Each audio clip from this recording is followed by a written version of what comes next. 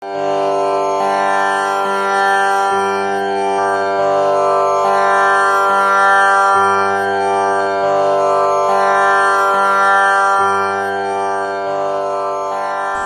ರಾಮ. ಕರುಣ ರಸದ ಕೋಡಿ ಬರಿವ ಕಟಾಕ್ಷದ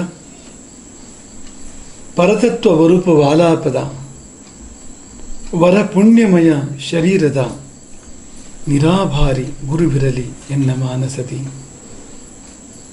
ಗುರುವಿರಲಿ ಎಮ್ಮ ಮಾನಸದಿ. ಪ್ರಶ್ನೆ: ಕೇಳಿದುದೆಲ್ಲವನ್ನೂ ಕೊಡುವುದು ಯಾವುದು? ಅದು ನಮ್ಮೊಳಗೆ ಇದೆ. ನಾವು ಏನನ್ನು ಕೇಳಿದರೂ ಕೊಡ್ತದೆ. ಅದು ಯಾವುದು? ದೇವರಲ್ಲ. ದೇವರು ಎಂಬ ಉತ್ತರವನ್ನು ಬಿಟ್ಟು ಬೇರೆ ಉತ್ತರ ಕೊಡಬೇಕು. ದೇವರು ಕೇಳುವುದೆಲ್ಲವನ್ನೂ ಕೊಡೋದು ಹೌದು. ಅದನ್ನು ಹೊರತಾಗಿ ಬೇರೊಂದು ಸಂಗತಿ ನಮ್ಮೊಳಗೆ ಇದೆ. ಅದು ನಾವೇನು ಕೇಳಿದರೂ ಕೂಡ ಅದು ಕೊಡ್ತದೆ. ಯಾವುದದು ಅಂದರೆ ನಮ್ಮ ಬುದ್ಧಿ, ನಮ್ಮ ಮನಸ್ಸು. ದೇವರಾದರೂ ಕೂಡ ನಮ್ಮ ಕರ್ಮಾನುಸಾರವಾಗಿ ನಮಗೆ ಫಲ ಕೊಡುವಂಥದ್ದು. ಏನೇನೋ ಫಲ ಕೊಡಲಿಕ್ಕೆ ಸಾಧ್ಯ ಇಲ್ಲ ದೇವರು. ಈಗ ಅಂಪೈರ್ ಅವನು ಇನ್ ಔಟ್ ಅಂತ ಮಾಡಬೇಕಾದ್ರೆ ಆಟದ ನಿಯಮಗಳನ್ನು ಅನುಸರಿಸಿ ಮಾಡುವ ಹಾಗೆ ದೇವರು ಕೂಡ ಕರ್ಮಾನುಸಾರವಾಗಿ, ನಮ್ಮ ಪೂರ್ವ ಕರ್ಮಾನುಸಾರವಾಗಿ ನಮಗೆ ಶುಭಾಶುಭ ಫಲಗಳನ್ನು ಕೊಡಬೇಕು. ಕರ್ಮ ಬುದ್ಧಿಯಿಂದ. ಹಾಗಾಗಿ ಈ ಬುದ್ಧಿ ಎಂಬುದೇನಿದೆ ಇದು ಕಾಮಧೇನು. ಶುದ್ಧಾ ಹಿ ಬುದ್ಧಿ ಕಿಲ ಕಾಮಧೇನು. ಬುದ್ಧಿಯೊಂದು ಶುದ್ಧವಾಗಿದ್ದರೆ ಕಾಮಧೇನುವನ್ನೇ ನೀವು ಮನೆಯಲ್ಲಿಟ್ಕೊಂಡಂತೆ ಆಯಿತು. ಕಾಮಧೇನುವನ್ನು ಮನೆಯಲ್ಲಿಟ್ಕೊಳ್ಳೋದು ಇದು ಒಳಗೆ ನಮ್ಮ ಅಂತರಂಗದಲ್ಲಿ, ನಮ್ಮ ಅಂತರಾಳದಲ್ಲಿ ಇಟ್ಕೊಳ್ಳುವಂಥದ್ದು ಶುದ್ಧವಾದ ಬುದ್ಧಿ ಕಾಮಧೇನು. ಕಾಮಧೇನು ಅಂದರೆ ಏನು?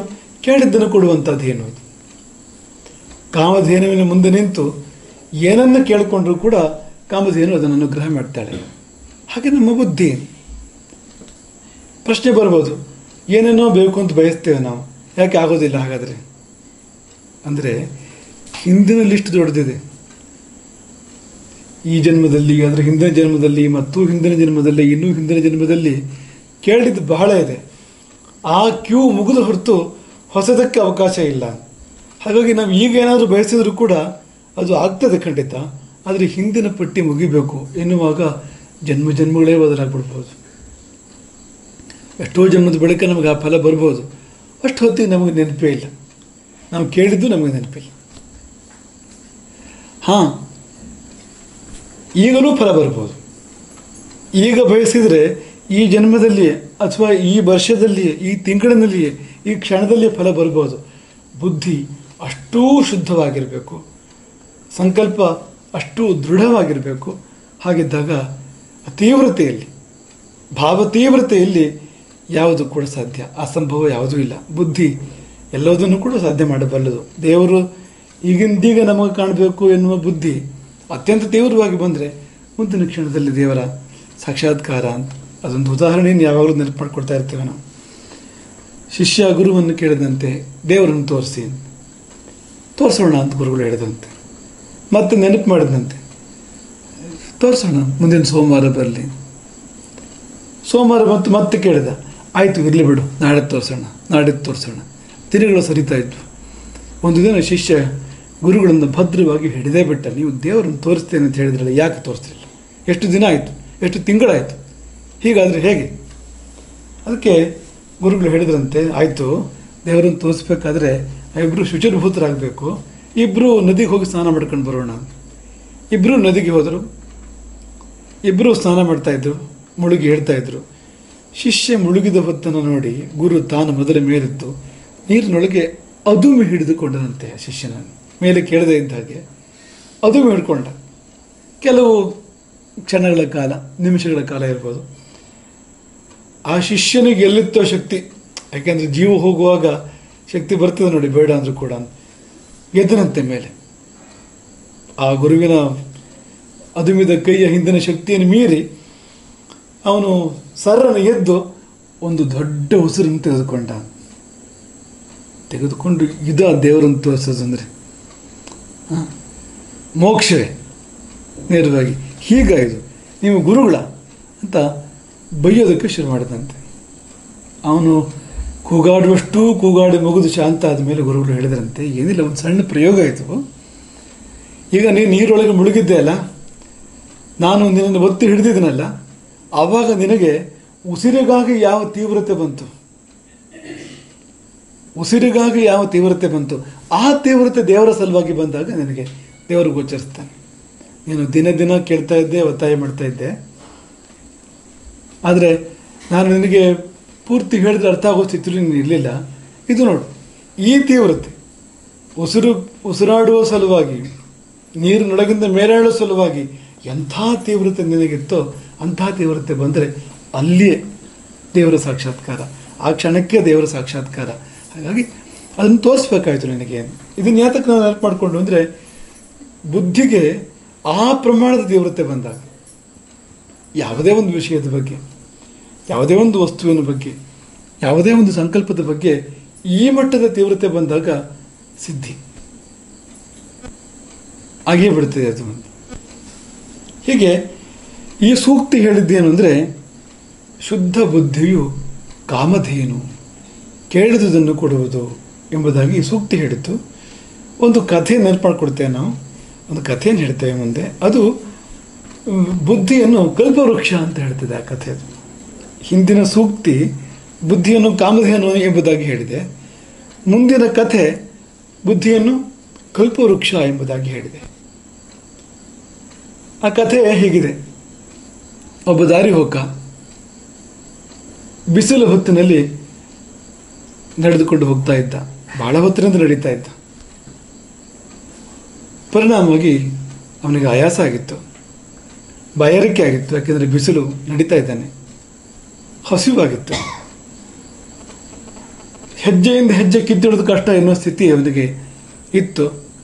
ಒಂದು ಮರದ ನೆರಳು ಎಲ್ಲಿಯಾದರೂ ಇದ್ದರೆ ಕೊಂಚ ವಿಶ್ರಮಿಸಿ ಮುಂದೆ ಸಾಗಬಹುದು, ಇಲ್ಲದೇ ಇದ್ರೆ ಇಲ್ಲೇ ಕುಸಿದು ಬಿದ್ದು ಬಿಡ್ತಾನೆ ಎನ್ನುವಂಥ ಒಂದು ಸ್ಥಿತಿ ಇತ್ತು.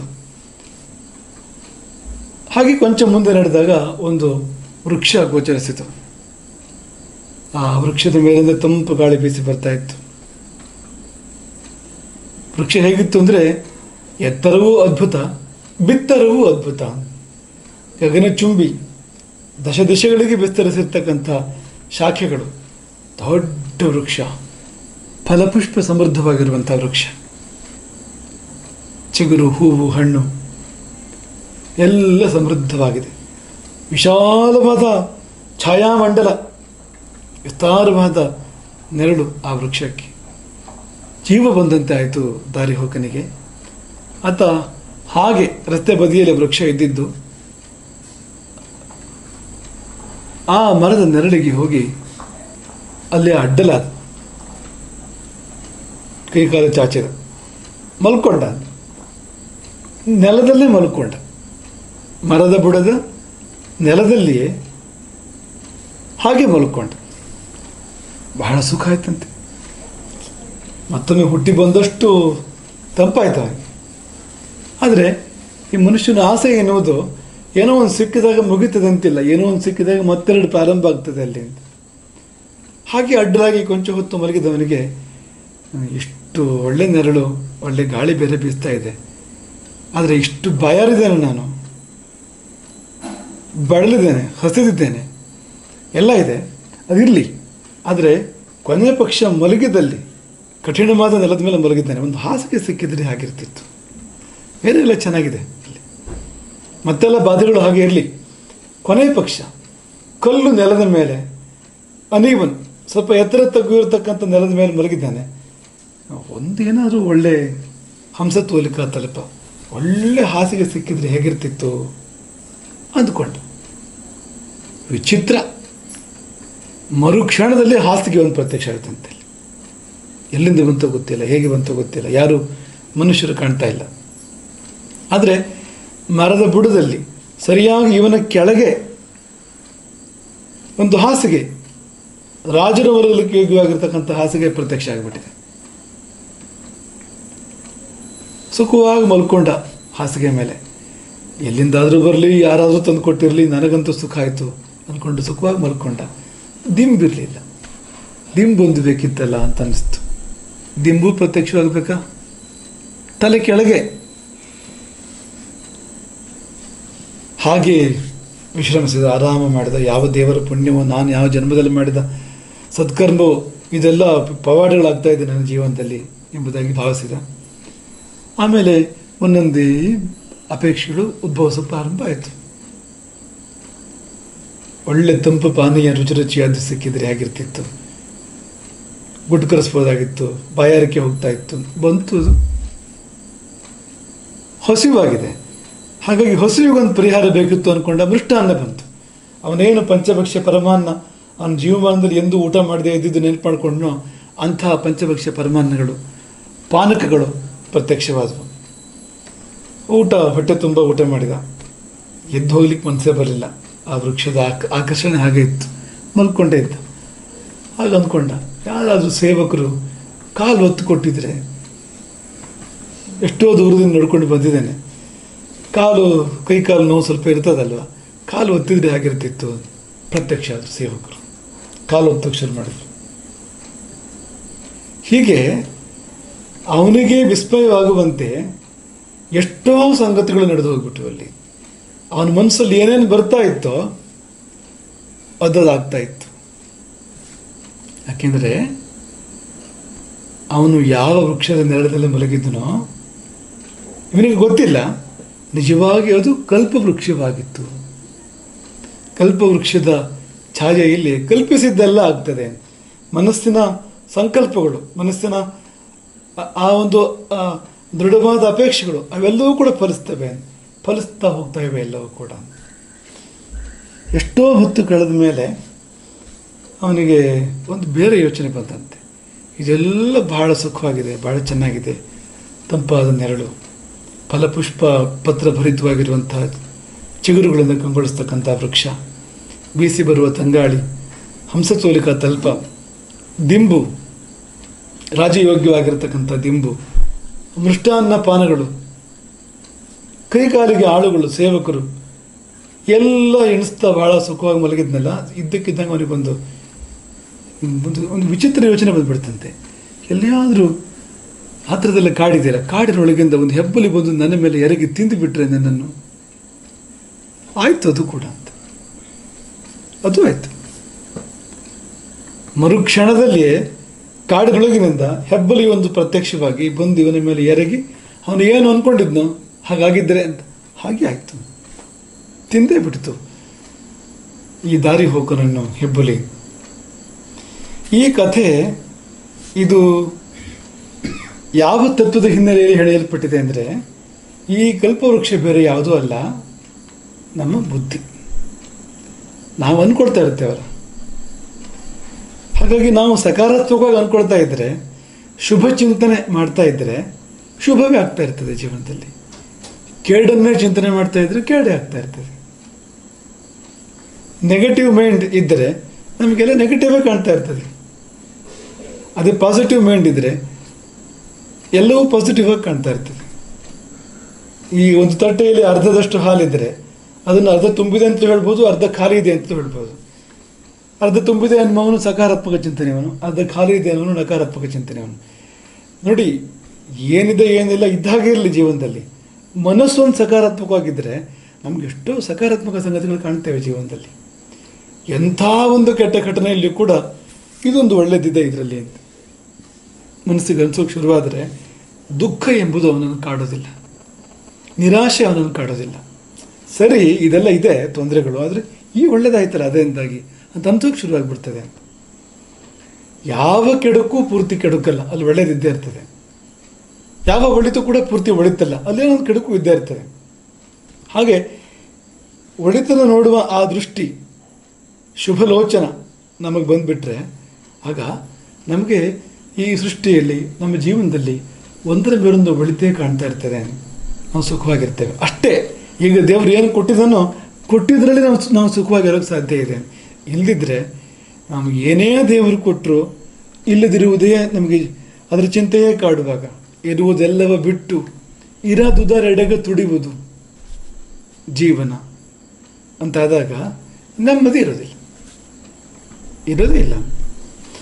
ಇದು ಒಂದಾಯಿತು. ಇದೇನು ಅಂದರೆ ನಮ್ಮ ಬದುಕಿನಲ್ಲಿ ಏನಿದೆಯೋ ಅದಿದೆ, ಆದರೆ ನಾವು ಸುಖವಾಗಿರ್ಬೋದು. ಕೇವಲ ಒಂದು ಪಾಸಿಟಿವ್ ಮೈಂಡ್ ಸೆಟ್ ಇದ್ದರೆ ಅಥವಾ ಸಕಾರಾತ್ಮಕವಾಗಿದ್ದನ್ನು ಇರುವ ಒಳಿತನ್ನು ಕಾಣುವ ಮನಸ್ಸು ಬಂದುಬಿಟ್ರೆ ನಾವು ನೆಮ್ಮದಿಯಾಗಿರ್ಬೋದು ಅನ್ನೋದಕ್ಕಾಯಿತು. ಇನ್ನೊಂಚೂರು ಮುಂದೆ ಹೋಗಿ ದೃಢವಾಗಿ ಶುದ್ಧವಾಗಿ ನಮಗೆ ಒಂದು ಭಾವ ಮತ್ತೆ ಮತ್ತೆ ಬರೋಕ್ಕೆ ಶುರುವಾದರೆ ಅದು ಫಲಿಸ್ತಿರುವ ಪ್ರಶ್ನೆ ಇಲ್ಲ. ಶುಭವನ್ನು ಚಿಂತನೆ ಮಾಡಬೇಕು, ಅಶುಭವನ್ನೆಲ್ಲ. ಈಗ ಮನೆಗಳಲ್ಲಿ ವಾಸ್ತುದೇವತೆಗಳು ಅಸ್ತು ಅಸ್ತು ಅಸ್ತು ಎಂಬುದಾಗಿ ಹೇಳ್ತಾ ಇರ್ತಾರೆ. ಹಾಗಾಗಿ ಮನೆಯೊಳಗೆ ಕೆಟ್ಟದ್ದನ್ನು ಮಾತಾಡಬಾರ್ದು, ಕೆಟ್ಟದ್ದನ್ನು ಚಿಂತನೆ ಮಾಡಬಾರ್ದು. ಮಾತಾಡುವಾಗ ಕೆಟ್ಟದ್ದನ್ನು ಆಲೋಚನೆ ಮಾಡುವಾಗ ಆಗಲಿ ಅಂತ ಹೇಳ್ತಾ ಇರ್ತಾರೆ ದೇವತೆಗಳು. ಒಬ್ರಿಗೊಬ್ರು ಹಾಗೆಲ್ಲ ಬೈಕೊಡ್ತಾ ಇರಬಾರ್ದು. ಮನೆಯೊಳಗೆ ಕೆಲವು ಸತ್ಯ ಸಿಟ್ಟಿನ ಭರದಲ್ಲಿ ನಮ್ಮ ಪ್ರಿಯರಿಗೆ ಆಪ್ತೇಷ್ಟರಿಗೆ ನಾವು ಏನೋ ಕೆಟ್ಟ ಮಾತುಗಳನ್ನ ಆಡ್ಬಿಡ್ತೇವೆ. ಅದಕ್ಕೂ ಅಸ್ತು ಅಂತ ಆ ದೇವತೆಗಳು ಹೇಳ್ತಾ ಇದ್ದಾಗ ಅದು ಸತ್ಯವಾಗ್ತದೆ. ಹಾಗಾಗಿ ಈ ಬುದ್ಧಿಯನ್ನು ನಾವು ಚೆನ್ನಾಗಿಟ್ಕೊಳ್ಬೇಕು. ನಾವು ಮೊನ್ನೆ ಬುದ್ಧಿಯನ್ನು ನಾಲ್ಕಾಗಿ ಬುದ್ಧಿಯ ಮೂಲಕವಾಗಿ ಮನುಷ್ಯರನ್ನೇ ನಾಲ್ಕಾಗಿ ವಿಂಗಡಿಸಿದ್ದು: ಅಬುದ್ಧಿ, ಅತಿಬುದ್ಧಿ, ದುರ್ಬುದ್ಧಿ ಮತ್ತು ಸುಬುದ್ಧಿ ಎಂಬುದಾಗಿ. ಈ ಸುಬುದ್ಧಿ ಬೇಕು ಎಂಬುದಕ್ಕೆ ಈ ಹಿಂದಿನ ಸೂಕ್ತಿ ಮತ್ತು ದೃಷ್ಟಾಂತಗಳನ್ನು ನಾವು ನೀಡ್ತಾ ಇರುವಂಥದ್ದು. ಯಾರಿಗಾದರೂ ಬೇಕು. ಅವನು ಪುರುಷನಾಗಲಿ, ಮಹಿಳೆಯಾಗಲಿ, ಮಗುವಾಗಲಿ, ಮುದುಕನಾಗಲಿ, ರಾಜನಾಗಲಿ, ರಂಕನಾಗಲಿ, ಅವನು ಗೃಹಸ್ಥನಾಗಲಿ, ಸನ್ಯಾಸಿಯಾಗಲಿ, ಇದು ಬೇಕು. ನೀವು ಭೌತಿಕವಾದನ್ನು ಸಾಧನೆ ಮಾಡೋದಾದರೂ ಇದು ಬೇಕು. ಅಭೌತಿಕವಾಗಿದ್ದನ್ನು, ಅಲೌಕಿಕವಾಗಿದ್ದನ್ನು ಸಾಧನೆ ಮಾಡೋದಾದರೂ ಕೂಡ ಬೇಕು. ಈಗ ಏಕಾಗ್ರತೆ ಇದ್ದರೆ ವಿದ್ಯಾರ್ಥಿ ಪಾಠಗಳು ಚೆನ್ನಾಗಿ ಅರ್ಥ ಮಾಡ್ಕೊಳ್ತಾನೆ, ನೆನಪಿಟ್ಕೊಳ್ತಾನೆ, ಬರೀತಾನೆ, ಪರೀಕ್ಷೆಯಲ್ಲಿ ತೆರಗಡೆ ಆಗ್ತಾನೆ. ಅದೇ ಒಬ್ಬ ಯೋಗಿಗೆ ಏಕಾಗ್ರತೆ ಇದ್ದರೆ ಅವನು ಧ್ಯಾನಾಲಂಬನದಲ್ಲಿ ರಾಮನ ಮೂರ್ತಿಯೋ ಕೃಷ್ಣನ ಮೂರ್ತಿಯೋ ಅಥವಾ ಯಾವುದೊಂದು ಮಂತ್ರವೋ ಅಲ್ಲಿ ಅವನ ಮನಸ್ಸು ಏಕಾಗ್ರವಾದರೆ ಸಿದ್ಧಿ ಆಗ್ತದೆ ಅವನಿಗೆ. ಅದೇ ಏಕಾಗ್ರತೆ, ಅದೇ ಏಕಬುದ್ಧಿ ಶತಬುದ್ಧಿ ಸಹಸ್ರ ಬುದ್ಧಿಗಳ ಕಥೆ ನೆನಪಡ್ಕೊಂಡಿದ್ವಲ್ಲ, ಮೀನುಗಳ ಕಥೆಯನ್ನು. ಏಕಬುದ್ಧಿ, ಆ ಬುದ್ಧಿಯಲ್ಲಿ ಸ್ಥಿರತೆ, ಬುದ್ಧಿಯಲ್ಲಿ ಏಕಾಗ್ರತೆ ಅದು ಬಂದಾಗ ಆಗದಿರುವ ಯಾವ ಕಾರ್ಯವೂ ಇಲ್ಲ. ಅಸಾಧ್ಯವಾದುದು ಅಂಥವನಿಗೆ ಯಾವುದೂ ಇಲ್ಲ, ಎಲ್ಲವೂ ಸಾಧ್ಯ. ಹಾಗಾಗಿ ಯಾವ ಒಳ್ಳೆಯವನಿಗೂ ಇದು ಬೇಕು, ಸುಬುದ್ಧಿ ಎನ್ನುವುದು ಬೇಕು. ಮತ್ತು ಗುರುವಾದವನಿಗೆ ಅದೇ ಇದ್ದಿದ್ರೆ ಹೇಗೆ?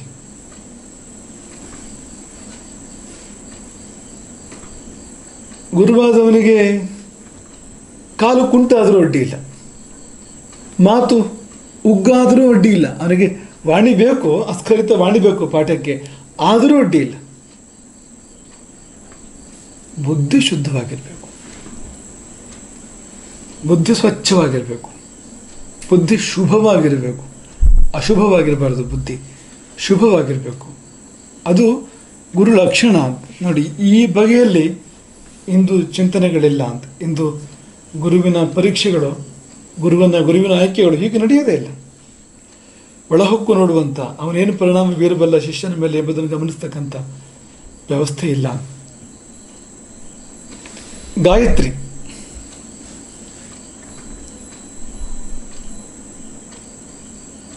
ಹೇಳಿದ್ದೇನೆ. ಗಾಯತ್ರಿಯ ಮೇಲ್ನೋಟದ ಅರ್ಥವೇ ಆಗಿದೆ ಅಂತ. ಶುದ್ಧ ಬುದ್ಧಿಯನ್ನು ಕೊಡು ಯಮಗೆ ವಿಮಲಮತಿ ಧಿಯೋ ಯೋನಃ ಪ್ರಚೋದಯಾತ್. ಕಗ್ಗದ ಕವಿಯನ್ನು ನೆನಪು ಮಾಡಿಕೊಡದೇ ಇದ್ರೆ ಸಮಾಧಾನವೇ ಆಗೋದಿಲ್ಲ. ಈ ಸಂದರ್ಭದಲ್ಲಿ ಗಾಯತ್ರಿ ಬಗ್ಗೆ ಅವರು ಹೇಳ್ತಾರೆ, ಶ್ರೀಯನಾಯುವ ಮಂತ್ರಗಳಿವೆ, ಬಲವ ಬೇಡಿದ ಮಂತ್ರಗಳಿವೆ, ಜಯವ ಬೇಡಿದ ಮಂತ್ರಗಳಿದೆ. ಶ್ರೀಯನಾಯುವ ಬಲವ ಜಯವ ಬೇಡಿದ್ದೊಡಂ ಗಾಯತ್ರಿಯನೇ ಪರಮ ಮಂತ್ರವೆಂದು ಆರ್ಯರ್ ಧೀಯಂ ಪ್ರಚೋದಿಸೆಂದು ಅನುದಿನದಿ ಬೇಡಿದರು ಶ್ರೇಯಸ್ಸು ಧೀಮಹಿಮೆ. ಮಂಕುತಿಮ್ಮ. ಮಂತ್ರಗಳು ಕೋಟಿ ಇವೆ. ಅವುಗಳು ಬೇರೆ ಬೇರೆ ಫಲವನ್ನು ಕೊಡ್ತಾ ಇವೆ. ಕಗ್ಗದಲ್ಲಿ ಮೊದಲ ಚರಣದಲ್ಲಿ ಹೇಳಿದ ಹಾಗೆ ಸಂಪತ್ತನ್ನು ಕೊಡುವ ಮಂತ್ರಗಳು, ಶಕ್ತಿಯನ್ನು ಕೊಡುವ ಮಂತ್ರಗಳು, ವಿಜಯವನ್ನು ಕೊಡುವಂಥ ಮಂತ್ರಗಳು ಎಷ್ಟು ಇಲ್ಲ. ಆದರೆ ಆ ಯಾವ ಮಂತ್ರವನ್ನು ಕೂಡ ಪರಮ ಮಂತ್ರ ಎಂಬುದಾಗಿ ಆರ್ಯರು ಹೇಳಲಿಲ್ಲ. ಗಾಯತ್ರಿಯೇ ಪರಮ ಮಂತ್ರವೆಂದು ಆರ್ಯರ್ ಧೀಯಂ ಪ್ರಚೋದಿಸೆಂದು ಅನುದಿನದಿ ಬೇಡಿದರು. ಬುದ್ಧಿಯನ್ನು ಪ್ರಚೋದಿಸು ಎಂಬುದಾಗಿ ಅನುದಿನದಿ ಬೆಳಗ್ಗೆ ಮಧ್ಯಾಹ್ನ ಸಾಯಂಕಾಲ ಬೇಡಿದ್ದಾರೆ. ಬೇಡು ಎಂಬುದಾಗಿ ತಮ್ಮ ಮಕ್ಕಳಿಗೆ ಮುಂದಿನ ಸಂತತಿಗೆ ಆದೇಶವನ್ನು ಕೊಟ್ಟಿದ್ದಾರೆ. ಧೀಯಂ ಪ್ರಚೋದಿಸು. ಯಾಕೆಂದರೆ ಶ್ರೇಯಸ್ಸು ಧೀಮಹಿಮೆ. ಯಾವುದೇ ಶ್ರೇಯಸ್ಸು ಅದು ಧೀಮಹಿಮೆ, ಅದು ಬುದ್ಧಿಯ ಪವಾಡ, ಅದು ಬುದ್ಧಿಯ ಚಮತ್ಕಾರ. ಅದು ಬುದ್ಧಿ ಶ್ರೇಯಸ್ಸನ್ನು ಸೃಷ್ಟಿ ಮಾಡ್ತದೆ, ದುರ್ಬುದ್ಧಿ ಕೇಡನ್ನು ಸೃಷ್ಟಿ ಮಾಡ್ತದೆ. ಹಾಗಾಗಿ ಶ್ರೇಯಸ್ಸು ಧೀಮಹಿಮೆ ಮಂಕುತಿಮ್ಮ. ಶ್ರೀಯನಾಯುವ ಬಲವ ಜಯವ ಬೇಡಿರುದ್ದೊಡಂ ಗಾಯತ್ರಿಯನೇ ಪರಮ ಮಂತ್ರವೆಂದು ಆರ್ಯರ್ ಧೀಯಂ ಪ್ರಚೋದಿಸು ಎಂದು ಅನುದಿನದಿ ಬೇಡಿದರು. ಶ್ರೇಯಸ್ಸು ಧೀಮಹಿಮೆ. ಹಾಗಾಗಿ ಸುಬುದ್ಧಿಮ. ಒಬ್ಬ ದೊರೆಯಾದರೂ ಅವನು ಸುಬುದ್ಧಿಮಾನಾಗಿರಬೇಕು, ಒಬ್ಬ ಗುರುವಾದರೂ ಸುಬುದ್ಧಿಮಾನಾಗಿರಬೇಕು. ಮತ್ತಾರಾದರೂ ಸುಬುದ್ಧಿಮಾನಾಗದೆ ಹೋದರೆ ಅವನು ಹಾಳಾಗ್ತಾನೆ ಅಷ್ಟೇ. ಒಬ್ಬ ಸಾಮಾನ್ಯ ಮನುಷ್ಯ ಸುಬುದ್ಧಿ ಅಲ್ಲದು ಕುಬುದ್ಧಿ ಆಗಿದ್ದರೆ ಅವನು ಹಾಳಾಗ್ತಾನೆ. ಆದರೆ ಒಬ್ಬ ದೊರೆ ಸುಬುದ್ಧಿ ಆಗದೆ ಇದ್ದರೆ, ದುರ್ಬುದ್ಧಿ ಆದರೆ ರಾಜ್ಯ ಹಾಳಾಗ್ತದೆ. ಒಬ್ಬ ಗುರು ಅವನು ಸುಬುದ್ಧಿ ಆಗದೆ ಇದ್ದರೆ ಮುಂದಿನ ಪೀಳಿಗೆ ಹಾಳಾಗ್ತದೆ. ಹಾಗಾಗಿ ರಾಜ್ಯ ಹಾಳಾಗಬಾರದು ಅಂದರೆ ಸುಬುದ್ಧಿ ಮಂತ್ರಿ ಆಗಬೇಕು, ಸುಬುದ್ಧಿಯ ರಾಜನಾಗಬೇಕು. ಮುಂದಿನ ಪೀಳಿಗೆ ಚೆನ್ನಾಗಿರ್ಬೇಕು ಅಂದರೆ ಗುರುವಾದವನು ಸುಬುದ್ಧಿಮಾನಾಗಿರಬೇಕು. ಹಾಗಾಗಿ ಗುರು ಲಕ್ಷಣದಲ್ಲಿ ತಪ್ಪದೆ ಇದೊಂದನ್ನು ಹೇಳಿದರು. ಸುದೇಹ ಮುಖ್ಯ, ಸುಬುದ್ಧಿಯು ಇನ್ನೊಂದು ಮುಖ್ಯ. ಸುದೇಹ ಎಷ್ಟು ಮುಖ್ಯವೋ ಸುಬುದ್ಧಿಯು ಇನ್ನಷ್ಟು ಮುಖ್ಯ. ನಾವು ದೇಹವನ್ನು ಚೆನ್ನಾಗಿಟ್ಕೊಳ್ಳಿಕ್ಕೆ, ದೇಹವು ಚೆನ್ನಾಗಿ ಕಾಣುವಂತೆ ಮಾಡಲಿಕ್ಕೆ ಎಷ್ಟೆಲ್ಲ ಪ್ರಯತ್ನ ಪಡ್ತೇವೆ. ಅದರ ಒಂದು ಅಂಶವು ಕೂಡ ಮನಸ್ಸನ್ನು ಚೆನ್ನಾಗಿಟ್ಕೊಳ್ಳಲಿಕ್ಕೆ, ಬುದ್ಧಿ ಚೆನ್ನಾಗಿಟ್ಕೊಳ್ಳಿಕ್ಕೆ ನಾವು ಪ್ರಯತ್ನ ಪಡೋದಿಲ್ಲ. ಯಾಕೆಂದರೆ ಅದು ಯಾಕೋ ಕಾಣೋದಿಲ್ಲ ಬೇರೆಯವರಿಗೆ, ಇದು ಕಾಣ್ತಾ ಇದೆ. ಹಾಗಾಗಿ ಕನ್ನಡಿಯ ಮುಂದೆ ನಿಂತು ತಿದ್ದಿದ್ದು, ಒಂದರ ಮೇಲೆ ನರುಳೆಪನ ಹಚ್ಚಿದ್ದು, ಆಭರಣಗಳನ್ನು ತೊಟ್ಟಿದ್ದು, ಒಳ್ಳೊಳ್ಳೆ ವಸ್ತ್ರಗಳನ್ನು ಸುತ್ತಿದ್ದು. ಆದರೆ ಒಳಗೆ ಕೊಳಕಾದರೆ ತಿಪ್ಪೆ ಸಾರಿಸಿದಂತೆ ಆಗ್ತದೆ. ಒಳಗೆ ಶುಚಿಯಾಗದೇ ಇದ್ರೆ ಅದು ಹೊರಗಿನಿಂದ ಏನು ಮಾಡಿದರೆ ಏನು ಮುಚ್ಚಿದಂತಾಯಿತು ಹೊರತು ಒಳಗಿರುವ ಕೊಳೆ ಅಲ್ಲಿ ಇದ್ದೇ ಇದೆ. ಅದಾಗಲಿಕ್ಕೆ ಬಿಡಬಾರದು. ಎಲ್ಲವೂ ಬುದ್ಧಿಯ ಮೇಲೆ ನಿಂತಿದೆ. ನಮ್ಮ ಬದುಕೆಲ್ಲ ಬುದ್ಧಿಯ ಮೇಲೆ ನಿಂತಿದೆ. ಗುರುವಾದರೆ ಶಿಷ್ಯರ ಬದುಕು ಇವನ ಬುದ್ಧಿಯ ಮೇಲೆ ನಿಂತಿದೆ. ಗುರುವಾದವನ ಶಿಷ್ಯರ ಬದುಕು ಕೂಡ, ಇನ್ನೊಮ್ಮೆ ಹೇಳ್ತಾ ಇದ್ದೇವೆ, ಗುರುವಿನ ಬುದ್ಧಿ ಮೇಲೆ ನಿಂತಿದೆ. ಆ ಬುದ್ಧಿಯ ಕಡೆ ನಾವು ನಿಗಾ ಕೊಡೋದಿಲ್ಲ. ಅದು ಎಲ್ಲಿ ಹೋಯ್ತೋ, ಏನು ಮಾಡ್ತೋ, ಅದು ಹಾಳು ಮೂಳನ್ನೇ ಹುಡ್ಕೊಂಡು ಹೋಗೋದು. ಆ ಬುದ್ಧಿ ಎನ್ನುವಂಥದ್ದು ಯಾರು ನೋಡೋರಲ್ಲ, ಹೇಳೋರಲ್ಲ, ಕೇಳೋರಲ್ಲ ತಂದ್ಕೊಂಡಿದ್ದಾರೆ. ಒಳಗೆ ಯಮಧರ್ಮ ನೋಡ್ತಾ ಇದ್ದಾನೆ. ಅಂತಃ ಪ್ರಚ್ಛನ್ನ ಪಾಪಾನ ಶಾಸ್ತ ವೈವಸ್ವತೋ ಯಮಃ. ಒಳಗೆ ಪಾಪವನ್ನು ಮುಚ್ಚಿಟ್ಟುಕೊಂಡವರು, ಅವ್ರು ಯಾರಿಗೂ ಕಾಣೋದಿಲ್ಲ ಅಂತ ಅಂದ್ಕೊಂಡಿರ್ತಾರೆ. ಆದರೆ ವೈವಸ್ವತ ಯಮಧರ್ಮ ನೋಡ್ತಾ ಇದ್ದಾನೆ ಒಳಗಾಗುವ ಪಾಪಗಳನ್ನು. ನಾವು ಆ ಕಡೆಗೆ ಲಕ್ಷ್ಯವನ್ನು ಕೊಡೋದಿಲ್ಲ. ಹಾಗೆ ಬುದ್ಧಿ ಕೇಳಿನ ಕಡೆಗೆ ಹರಿತಾ ಇರ್ತದೆ. ಹಾಗಾಗಿ ಹೊರಗೆ ಎಷ್ಟು ನಾವು ಅಲಂಕಾರಗಳನ್ನು ಮಾಡಿದರು, ಎಷ್ಟು ಒಳ್ಳೆ ಬಟ್ಟೆ ಉಟ್ಟರು, ಆಭರಣಗಳನ್ನು ತೊಟ್ಟರು, ಎಷ್ಟು ದೇಹವನ್ನು ಹೊರಗೆಯಿಂದ ತೊಳೆದರು, ಹಚ್ಚಿದರು, ಕ್ರೀಮು ಮತ್ತೊಂದು ಹಚ್ಚಿದರು, ಅದು ಒಳಗೆ ಶುಚಿಯಾಗದಿದ್ದಾಗ ಅದು ಮತ್ತು ಕಷ್ಟ, ಕಲ್ಪನೆ ಮಾಡೋಕ್ಕಾಗೋದಿಲ್ಲ. ಈಗ ತಿಪ್ಪೆ ಹೊರಗೂ ಒಳಗೂ ತಿಪ್ಪೆ ಆಗಿದ್ರೆ ಏನು ತೊಂದರೆ ಏನೂ ಇಲ್ಲ.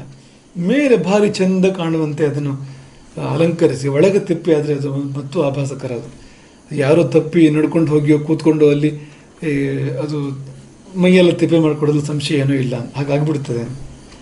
ಹಾಗೆ ಯಾವುದಾದ್ರೂ ಗುರು, ಯಾವುದಾದ್ರೂ ಶಿಕ್ಷಕ ಅವನು ಸುಬುದ್ಧಿಮಾನ ಆಗದಿದ್ದಾಗ ಹೊರಗಿಂದ ತಿಪ್ಪೆ ಸಾರಿಸಿದಾಗ ಹೊರಗಿಂದ ಭವ್ಯವಾಗಿ ಕಾಣ್ತಾ ಇರ್ತಾನೆ.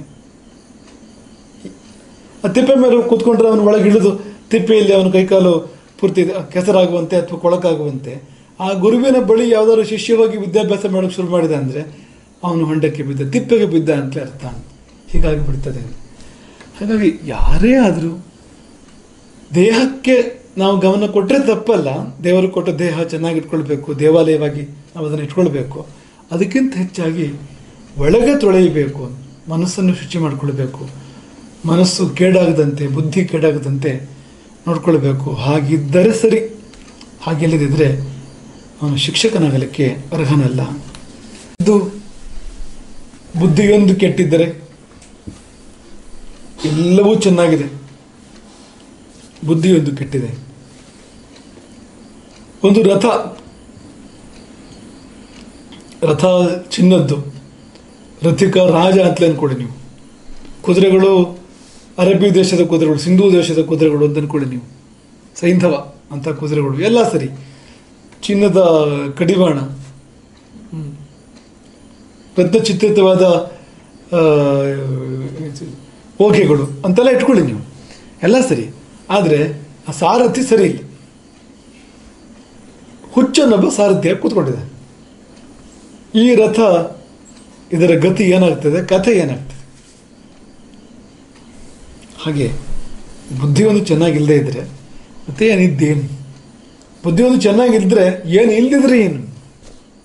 ಆ ಬುದ್ಧಿಯ ಕಾಮಧೇನುವಾಗಿ ಎಲ್ಲವನ್ನು ಕೊಡ್ತಾ ಹೋಗ್ತದೆ. ಆದರೆ ಬುದ್ಧಿಯೊಂದು ಚೆನ್ನಾಗಿಲ್ಲದೆ ಇದ್ರೆ ಮತ್ತೆ ಏನಿದ್ದು ಕೂಡ ಪ್ರಯೋಜನ ಏನೂ ಇಲ್ಲ. ಹಾಗೆ ಇವು ಒಂದು ವಧುವಿಗೆ ವರನನ್ನು ಆರಿಸ್ತಾ ಇರುವಾಗ, ಅಥವಾ ವರನಿಗೆ ವಧುವನ್ನು ಆರಿಸ್ತಾ ಇರುವಾಗ ಅಂತ ತಿಳ್ಕೊಳ್ಳಿ ನೀವು. ವರನ ನೋಡುವಾಗ ಸರ್ವಾಂಗ ಸುಂದರ, ಒಂದೊಂದು ಅಂಗವೂ ಮನೋಹರ, ಸ್ವಲ್ಪ ಬುದ್ಧಿ ಮಾತ್ರ ಚೂರು ವ್ಯತ್ಯಾಸ ಅಂತ. ಹೆಣ್ಣು ಕೊಡ್ತೀರಾ, ಮಗಳನ್ನು ಕೊಡ್ತೀರಾ ನೀವು? ಸಾಧ್ಯವೇ ತಾನೆ. ಹಾಗಿದ್ದ ಮೇಲೆ ಒಬ್ಬ ಗುರುವಾಗಬೇಕು, ಶಿಕ್ಷಕನಾಗಬೇಕು ಅಂದರೆ ಅವನ ಬುದ್ಧಿಯ ಬಗ್ಗೆ ಎಷ್ಟು ವಿಚಾರ ಬೇಕು ಅಂತ, ಹೇಗಿರಬೇಕು ಅದು. ಹಾಗಾಗಿ ಸುಬುದ್ಧಿಮಾನ್ ಎಂಬುದನ್ನು ಒತ್ತಿ ಹೇಳಿದ್ದಾರೆ ಗುರು ಲಕ್ಷಣಗಳಲ್ಲಿ. ಅಲ್ಲಿಂದ ಮುಂದೆ ಆಶ್ರಮಿ ಎಂಬುದಾಗಿ ಹೇಳಿದ್ದಾರೆ. ಇದೊಂದು ದೊಡ್ಡ ವಿಸ್ತಾರವಾಗಿರುವಂಥ ವಿಷಯ ಇದು. ಆಶ್ರಮಿ ಅಂದರೆ ಯಾವುದಾದ್ರೂ ಆಶ್ರಮದಲ್ಲಿ ಇರಬೇಕು ಅವನು ಅಂತ. ಆಶ್ರಮಗಳು ನಮ್ಮ ಭಾರತೀಯ ಸಂಸ್ಕೃತಿಯ ಮಾತ್ರ ಇವೆ. ಬೇರೆ ಪ್ರಪಂಚದ ಬೇರೆ ಬೇರೆ ಭಾಗದಲ್ಲಿ ಆಶ್ರಮಗಳ ವ್ಯವಸ್ಥೆ ಇಲ್ಲ ಅಂತ. ಈಗ ಬ್ರಹ್ಮಚರ್ಯ, ಗಾರ್ಹಸ್ಥ್ಯ, ವಾನಪ್ರಸ್ಥ, ಸನ್ಯಾಸ ಎಂಬ 4 ಅವಸ್ಥೆಗಳು, 4 ಆಶ್ರಮಗಳು. ಬದುಕು ಮುಂದುವರೆದಂತೆ ಬೇರೆ ಬೇರೆ ಆಶ್ರಮಗಳಲ್ಲೇ ಮುಂದುವರಿತದೆ ಬದುಕು. ಈಗ ಮಿಡಿ, ಕಾಯಿ, ದೋರೆಗಾಯಿ, ಹಣ್ಣು, 4 ಅವಸ್ಥೆಗಳು. ಎಲ್ಲ ಸೊಬಗೆ. ಮಿಡಿ ಅಂದರೆ ಮಾವಿನ ಮಿಡಿ ನೆನಪು ಮಾಡ್ಕೊಳ್ಳಿ, ಮಿಡಿ ಏನು ಸೊಬಗಲ್ವಾ? ಹಣ್ಣು ಅಂದರೆ ಮಾವಿನ ಹಣ್ಣೆ ನೆನಪು ಮಾಡ್ಕೊಳ್ಳಿ, ಸೊಬಗಲ್ವಾ ಅದು? ಮಾವಿನ ಹಣ್ಣಲ್ಲೇ ದೋರೆಗಾಯಿ ಆದಾಗ ತುಂಬ ರುಚಿಯಾಗಿರ್ತಕ್ಕಂಥ ಪ್ರಭೇದಗಳಿವೆ. ಪೂರ್ತಿ ಹಣ್ಣಾಗಬಾರ್ದು ಅದು. ಎಷ್ಟೋ ಕಾಯಿಗಳೇ ತಿನ್ನಲಿಕ್ಕೆ ರುಚಿ, ಹಣ್ಣಾದ ಮೇಲೆ ಅದು ತಿನ್ಲಿಕ್ಕೆ ಬರೋದಿಲ್ಲ. ಅದು ಕಾಯಿಯನ್ನೇ ತಿನ್ಬೋದು ಅಂತ. ಅಂದರೆ ಇದನ್ನು ಯಾಕೆ ನೆನಪು ಮಾಡ್ಕೊಂಡು ಅಂದರೆ ಇದು ಯಾವುದೂ ಕೇಳಲ್ಲ. ಈ 4 ಅವಸ್ಥೆಯು ಕೂಡ ಅದು ಸೊಬಗೆ ಅದು. ಅದಾದ್ರ ಸೊಬಗು, ಅದಾದ್ರ ಚೆಲುವು ಅದಕ್ಕಿದೆ ಅಂತ. ಆದರೆ ಬದುಕು ಮುಂದುವರಿಯುವ ಬಗೆ ಅದು. ಬದುಕು ಪಕ್ವವಾಗ್ತಾ ಹೋಗ್ತದೆ. ಮಡಿಗಿಂತ ಕಾಯಿ, ಕಾಯಿಗಿಂತ ದೋರೆಗಾಯಿ, ದೋರೆಗಾಯಿಗಿಂತ ಹಣ್ಣು ಎನ್ನುವ ಹಾಗೆ ಬದುಕು ಪಕ್ವವಾಗ್ತಾ ಹೋಗ್ತಕ್ಕಂಥ ಒಂದು ರೀತಿ ಇದು. ಈ ಒಂದು ಬದುಕಿನ ಗತಿ ಇದೆಯಲ್ಲ, ಇದಕ್ಕೆ ಸರಿಯಾಗಿ ನಾವಿರಬೇಕು. ಆಶ್ರಮ ಅಂದರೆ ಅದು. ಕಾಳಿದಾಸನ ಸುಪ್ರಸಿದ್ಧವಾಗಿರುವ ಶ್ಲೋಕ ಈ ಕುರಿತು. ರಘುವಂಶದ ರಾಜರುಗಳು ಹೇಗಿರ್ತಾ ಇದ್ರು ಅಂದರೆ, ಶೈಶವೇ ಅಭ್ಯಸ್ತ ವಿದ್ಯಾನ, ಶೈಶವದಲ್ಲಿ ವಿದ್ಯಾಭ್ಯಾಸ ಎಲ್ಲರಿಗೂ ಇರಬೇಕು, ರಘುಕುಲದ ರಾಜರಿಗೆ ಮಾತ್ರ ಅಲ್ಲ. ಯೌವನೇ ವಿಷಯೇಷಣ, ಯೌವನದಲ್ಲಿ ವಿಷಯ ಸುಖಾನುಭವ. ವಾರ್ಧಕ್ಕೆ ಮುನಿವೃತ್ತಿಯ, ಮುಪ್ಪಿನಲ್ಲಿ ಮುನಿವೃತ್ತಿ, ಮುನಿಭಾವ ಮುಪ್ಪಿನಲ್ಲಿ. ಇವಾಗೇನ ಅಂತೆ ತನುತ್ಯಜ, ಕೊನೆಯಲ್ಲಿ ಯೋಗದಿಂದ ದೇಹತ್ಯಾಗ. ಚೆಂದ ಇದು ಅಂತ. ಶೈಶವದಲ್ಲಿ ವಿದ್ಯಾಭ್ಯಾಸ ಮಾಡದಿದ್ದರೆ ಮತ್ತೆ ಮುಂದೆ ಯಾವಾಗ ವಿದ್ಯಾಭ್ಯಾಸ ಮಾಡೋದು? ಅವನಿಗೆ ಯಾವಾಗಲೂ ಇಲ್ಲ ಅಂತ ಅರ್ಥ. ಯಾಕೆಂದರೆ ಮುಂದೆ ಬೇರೆ ಬೇರೆ ಸಂಗತಿಗಳು ಬಂದುಬಿಡ್ತವೆ. ಮತ್ತು ಆ ವಿದ್ಯೆ ಶೈಶವದಲ್ಲಿ ಹಿಡಿದಾಗೆ ಆಮೇಲೆ ಹಿಡಿಯೋದಿಲ್ಲ. ಶೈಶವ ಅನ್ನೋದು ವಿದ್ಯಾಭ್ಯಾಸಕ್ಕೆ ಅಂತ ಇರುವಂಥದ್ದು. ಆವಾಗ ಎಲ್ಲ ಇಂದ್ರಿಯಗಳು ಕೂಡ ತೆರ್ಕೊಂಡಿರ್ತವೆ, ಸ್ವೀಕಾರ ಮಾಡಲಿಕ್ಕೆ ಕಾಯ್ತಾ ಇರ್ತವೆ, ಕಲಿಯುವಿಕೆ ಎಲ್ಲ ಕಡೆ ಇರ್ತದೆ ಆ ಸಂದರ್ಭದಲ್ಲಿ ಅಂತ. ಹಾಗಾಗಿ ಶೈಶವದಲ್ಲಿ ಚೆನ್ನಾಗಿ ವಿದ್ಯಾಭ್ಯಾಸ ಮಾಡಿದರೆ ಯೌವನದಲ್ಲಿ ವಿಷಯ ಸುಖ ಅನುಭವ ಮಾಡಲಿಕ್ಕೆ ಏನು ತೊಂದರೆ ಇಲ್ಲ. ಯಾಕೆಂದರೆ ಅವನಿಗೆ ಮಾರ್ಗದರ್ಶನ ಇದೆ. ವಿಷಯ ಸುಖ ಅನುಭವ ಅನ್ನುವಾಗ ಏನೇನು ಮಾಡಬೇಕು ಏನೇನು ಮಾಡಬಾರ್ದು ಹುಚ್ಚು ಕುದುರೆ ಆಗೋದಿಲ್ಲ ಅವನ ಮನಸ್ಸು. ಅವನಿಗೊಂದು ವಿವೇಚನೆ ಇರ್ತದೆ. ಅದರ ಪ್ರಕಾರವಾಗಿ ಅವನು ಯೌವನದಲ್ಲಿ ವಿಷಯ ಸುಖವನ್ನು ಅನುಭವಿಸ್ತಾನೆ, ಹಾಳಾಗೋದಿಲ್ಲ. ಇವನು ಈ ಕ್ರಮವಾಗಿ ಯೌವನದಲ್ಲಿ ವ್ಯವಸ್ಥಿತವಾಗಿ ವಿಷಯ ಸುಖ ಅನುಭವ ಮಾಡಿದರೆ ಮೊದಲೊಂದು ಹಂತ ಬಂದಾಗ, ಕೂದಲು ಬಿಳಿಯಾದಾಗ, ಮಗ ಪ್ರಾಯ ಸಮರ್ಥನಾದಾಗ, ಮೊಮ್ಮಗನನ್ನು ಕಂಡಾಗ ಅವನಿಗೆ ಸಾಕು ಅಂತ ಅನಿಸ್ತದೆ. ವೈರಾಗ್ಯ ಬರ್ತದೆ, ಬರಬೇಕು, ಅದು ಕಾಯಿ ದೋರೆಗಾಯಿ ಆಗಬೇಕದು, ವಾನಪ್ರಸ್ಥ. ಆಮೇಲೆ ಕೊನೆಯಲ್ಲಿ ದೇಹವೇ ನಮ್ಮನ್ನು ಬಿಟ್ಟು ಹೋಗೋದಲ್ಲ. ಒಂದು ದಿನ ದೇಹ ಬಿದ್ದೋಯ್ತು ಅನ್ನೋ ಥರ ಅಲ್ಲ, ನಾವೇ ದೇಹವನ್ನು ಬಿಟ್ಟು ಹೋಗುವಾಗ ಸ್ವತಂತ್ರವಾಗಿ ಆತ್ಮಹತ್ಯೆ ಮಾಡ್ಕೊಳ್ಳೋದು ಅಂತ ಅರ್ಥ ಅಲ್ಲ ಅದಕ್ಕೆ, ಹಾಗಲ್ಲ ಅದು. ಆದರೆ ಮೃತ್ಯು ಎಂಬುದು ಅಷ್ಟು ಸಹಜವಾಗಿ ಉರ್ವಾರು ಕಮೆಯುವ ಬಂಧನಾತ್ ಎನ್ನುವ ಹಾಗೆ ಅಂತ, ತುಂಬ ಏನೂ ನೋವಿಲ್ಲ, ಘಾಸಿಯಿಲ್ಲ, ಏನೂ ಇಲ್ಲ ಅಂತ ಹಾಗೆ ಬಿಟ್ಟುಕೊಡ್ತದೆ ಅದು ಅಂತ. ಮರದ ಮೇಲೆ ಕುಳಿತ ಪಕ್ಷಿ ತಾನೇ ಹಾರಿ ಹೋಗುವಂತೆ, ತನ್ನ ಇಚ್ಛೆಗೆ ತಕ್ಕಂತೆ ತಾನೇ ಹಾರಿ ಹೋಗುವಂತೆ. ಪ್ರವಾಹಕ್ಕೆ ಒಳಗಾಗಿ ಮರ ಬೇರನ್ನು ಕಳೆದುಕೊಂಡು, ಬೇರನ್ನು ಹಿಡಿತ ಕಳ್ಕೊಂಡು ಕಳಚಿ ಬೀಳೋದೊಂದು ಸಾಮಾನ್ಯವಾಗಿ ನಾವೆಲ್ಲ ಕಾಣುವಂಥ ಮೃತ್ಯು ಅದೇ ರೀತಿ ಇರ್ತದೆ. ಕಾಲ ಪ್ರವಾಹ ನಮ್ಮ ಆಯುಷ್ಯೆಂಬ ಮಣ್ಣನ್ನು, ನಮ್ಮ ಬೇರಿನ ಕೆಳಗಿರ್ತಕ್ಕಂಥ, ನಾವೆಂಬ ಮರದ ಬೇರಿನ ಕೆಳಗಿರ್ತಕ್ಕಂಥ ಆಯುಷ್ಯೆಂಬ ಮಣ್ಣನ್ನು ಕೊಚ್ಕೊಂಡು ಹೋಗ್ತಾ ಇರ್ತದೆ. ಅದು ಒಂದು ಹಂತಕ್ಕೆ ಬಂದ ಮೇಲೆ ಮರ ಮಗುಚಿ ಬೀಳುವಾಗ ನಾವು ಬೀಳ್ತೇವೆ, ಅದು ಮೃತ್ಯು ಅಂತ. ಇದು ಸಾಮಾನ್ಯವಾಗಿ ಎಲ್ಲರಿಗೂ ಇದ್ದರೆ, ಈ ಮೂರು ರೀತಿಯಲ್ಲಿ ಆಶ್ರಮಗಳನ್ನು ಕ್ರಮವಾಗಿ ಹೀಗೆ ದಾಟಿಕೊಂಡು ಬಂದು ಸಾಧನೆ ಮಾಡಿದವರಿಗೆ ಕೊನೆಯಲ್ಲಿ ಆ ಮರದ ಹಾಗಿನ ಮೃತ್ಯು ಅಲ್ಲ, ಮರದ ಮೇಲೆ ಪಕ್ಷಿ ಬೇಕಾದಾಗ ಬಂದು ಕೂರ್ತದೆ, ಸಾಕನಿಸಿದಾಗ ಹಾರಿ ಹೋಗ್ತದೆ, ಅದಕ್ಕೆ ನೋವಿಲ್ಲ ಹಾರಿ ಹೋಗುವಾಗ, ಲಕ್ಷ್ಯ ಬೇರೆ ಇದೆ ಅದಕ್ಕೆ ಅಂತ ಎನ್ನುವಂಥ ಮೃತ್ಯು ಅವನಿಗೆ ಬರ್ತದೆ. ಹಾಗಾಗಿ ಹೀಗೆ ಈ ಆಶ್ರಮ ವ್ಯವಸ್ಥೆಯಲ್ಲಿ ಈ ಕ್ರಮದಲ್ಲಿ ಗುರು ಇದ್ದಾಗ, ಹೀಗೆ ವ್ಯವಸ್ಥಿತವಾಗಿದ್ದಾಗ ಶಿಷ್ಯನ ಬದುಕನ್ನು ಅವನು ವ್ಯವಸ್ಥಿತವನ್ನಾಗಿ ಮಾಡಲಿಕ್ಕೆ ಪ್ರೇರಕನಾಗ್ತಾನೆ. ಹಾಗಾಗಿ ಅವನು ಆಶ್ರಮಿಯಾಗಿರಬೇಕು, ಶ್ರಮಿಯಾಗಿರಬಾರ್ದು, ಆಶ್ರಮಿಯಾಗಿರಬೇಕು. ಆಶ್ರಮ ಶ್ರಮ ನಾಶನ, ಆಶ್ರಮವೆಂಬುದು ಶ್ರಮವನ್ನು ಪರಿಹಾರ ಮಾಡ್ತಕ್ಕಂಥದ್ದು, ಹಾಗಿರಬೇಕು ಎಂಬುದಾಗಿ ಇಲ್ಲಿ ನಿರೂಪಿಸಿದರು. ಇದರ ಬಗ್ಗೆ ಇನ್ನಷ್ಟು ವಿಚಾರಗಳನ್ನು, ಈ ಮಿಡಿಯ ರುಚಿ ಏನು, ಕಾಯಿ ದೋರೆಗಾಯಿಗಳ ರುಚಿ ಏನು, ಹಣ್ಣಿನ ರುಚಿ ಏನು ಎಂಬುದನ್ನು ಮುಂದಿನ ಪ್ರವಚನದಲ್ಲಿ ನೋಡೋಣ. ಹರೇ ರಾಮ.